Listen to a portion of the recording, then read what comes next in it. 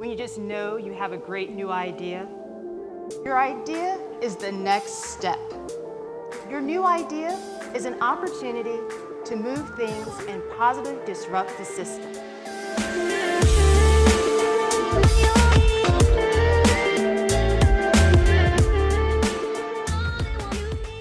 Do you know that feeling when you just know you have a great new idea? Your idea is the next step. And you know you just moved beyond just thinking outside of the box. You have moved to boxless thinking. And you're confident. Your new idea is an opportunity to move things and positively disrupt the system. But here's the thing. What if it's not about the next big thing? What if the real opportunity in front of us is understanding what just happened? Now, I imagine that we've all created something new and had our great new ideas produce successful results. But at some point, even with the best of planning, we've all experienced the reality of failure. Now, given the fact that failure is normal, how often do we really talk about it? Now, let's have a show of hands. Who has recently attended a workshop or a session that was entitled something like Youth Engagement Strategies That Didn't Work? Show of hands. Okay, seeing just a few, and I'm not surprised, because most often we look for models and we promote models that demonstrate success and best practices. But here's the thing. Talking about what didn't work can be just as important as talking about what did work. Okay. Now, John Kennedy once said that success has 1,000 fathers, but failure is an orphan. So what if we took time to document when things don't work? And I mean, really take a look at patterns. Try to understand what were the real barriers. What if we took time to actually document this in a way that we were sharing it more broadly, not only internally with our organizations, but also in the field? Now, let's have a show of hands again. How many individuals are part of an organization that has a strategic plan or a blueprint that outlines your goals and your course of action? Show of hands. Just about everybody in the room. Now, studies have shown that 2/3 of small and large organizations do not effectively implement the activities they have outlined in their strategic plan. So one more time, let's have a show of hands. How many of you work with organizations that have a failure protocol, an actual failure map? And by that I mean documentation, an in-place process where you're doing a deep dive look in terms of what didn't work and actually having that for discussion and review for the projects that didn't quite hit the mark. Show of hands. I saw at least one. Okay, far few hands go up here. And I'm not surprised. But why is that? So often we know that when we fail, it's because we're trying to stretch and do something special. The reality is sometimes the more spectacular the failure, the more deliberately innovative we were trying to be with our activities. And we all know that talking about failure is hard. The reality of the fear of judgment, there's the fear of the business consequences, and we just know that talking about failure makes you vulnerable. But the reality is that so often when we fail, and being the optimist that we are, we try to move on. We think about what are the next steps so that we're successful with the next project. We do try to take some lessons learned, so we keep those in mind moving forward. But if we don't fully examine what happens in the problem space, we run the risk of not actually being able to achieve future results and impact.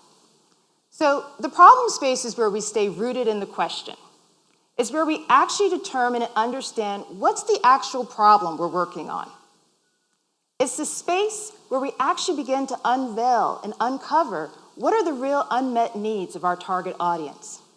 And it's the space we want to stay in before we rush to find the new answers or the new best thing in terms of solutions. So let me share a story with you. Back in 1957, there were two engineers, Al Fielding and Mark Chavon, and they created what they thought was going to be the new best thing and interior design. Their product was a high-end textured wallpaper. And that item, what you see here, is actually what we know today as bubble wrap. So the idea of covering your walls with something that popped with fun just didn't take off. So a later attempt, they tried to market it as greenhouse insulation. And unfortunately, that was a flop too. But in time, they actually found an unmet need. They connected with the folks at IBM who were trying to figure out the best way to transport their newly launched computers. And with that, the not-so-popular wallpaper became an overnight success. Now, I hope this story can shed light on two important dynamics. One, the reality of the importance of staying in the problem space before we rush to find solutions, because it really does matter. And secondly, the importance and the power of the questions that we choose to ask. We're trying to figure out what new benefit are we really creating and what problem are we really solving. Because maybe if we spend more time figuring out the right questions, we can move faster to project and program success. Now, let's take this example and again, think about this idea of a failure map. This idea of when we have this information, how we can share and use it when we understand what didn't work and why we weren't able to achieve the results we had aimed for. So one of the important things we want to think about with a failure map is keeping it simple. We want to make sure that the information that we're sharing is digestible, because the more digestible it is, the easier it is for people to learn and really stay re-engaged in the problem space. And the other thing is we want to be sure to go deep. We want to understand what were those real barriers that actually prevented us from achieving success. And once we identify them, we want to go deeper. We really want to uncover what happened in a way, and you'd be surprised. You may discover that your target audience, and even sometimes a new key audience, is telling you something that you didn't hear before. And that can change everything. So staying in the problem space, now I'm not going to pretend it's easy, but it's necessary. It's definitely worth the effort. Because if we move too quickly to find the new big idea, the next big solution, we might find ourselves continuing to solve the wrong problem. So let's spend a minute talking about the solution space. Now, this is a space where we're actually implementing programs and services that are actually high in satisfaction for our target audience. We're actually meeting the unmet needs of our target audience, and we're delivering results.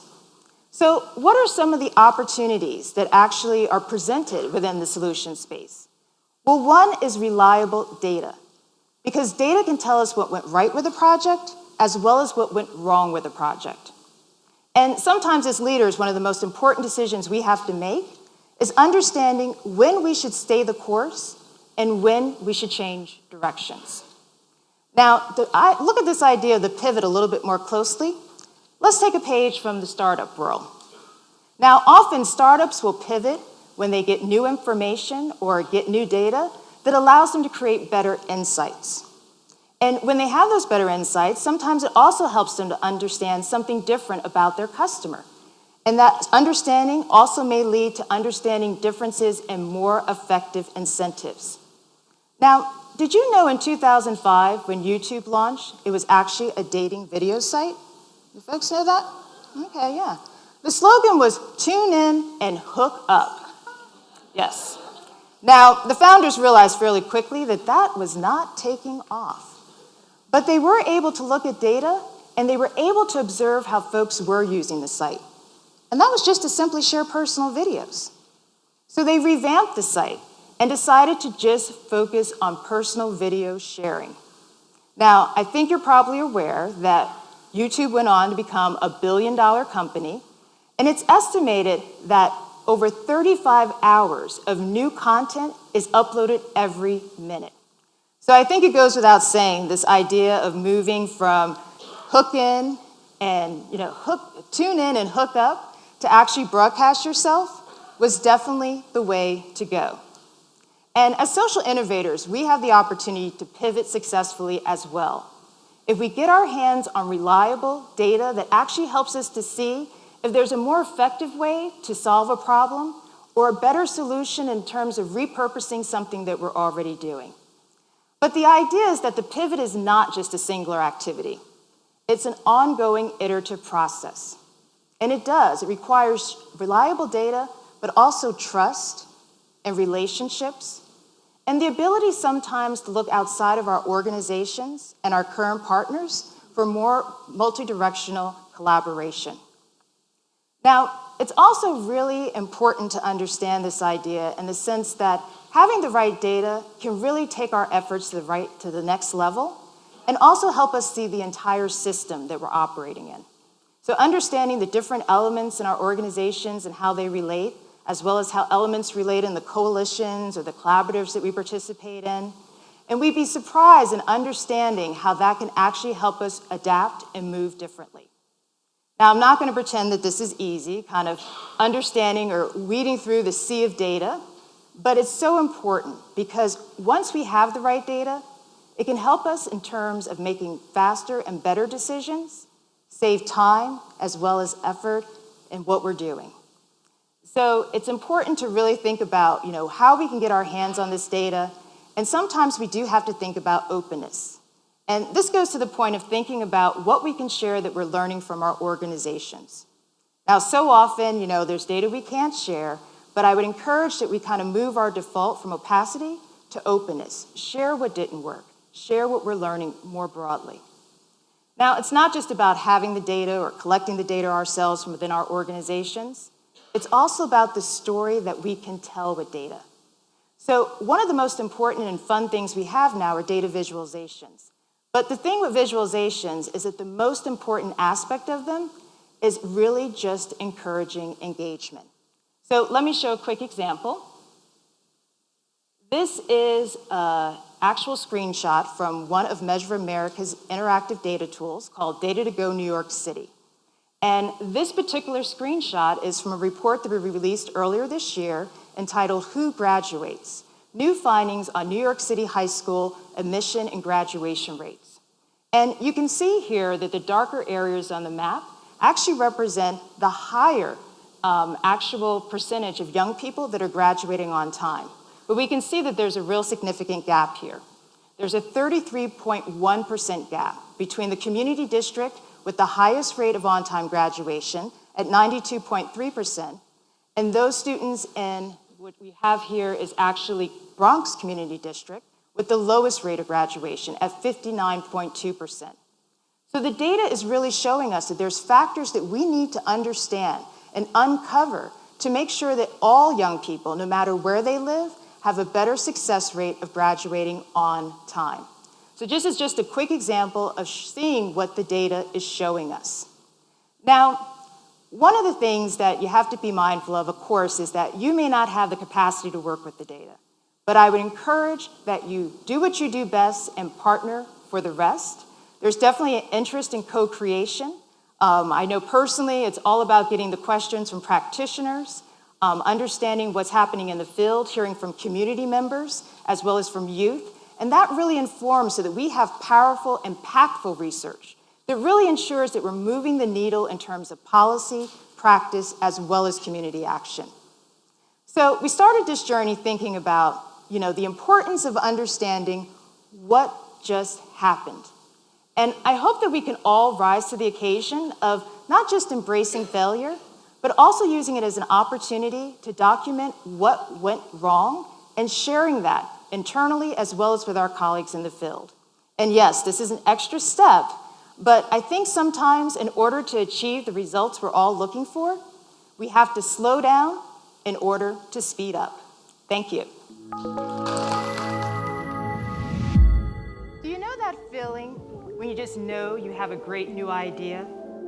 Your idea is the next step. Your new idea is an opportunity to move things and positively disrupt the system.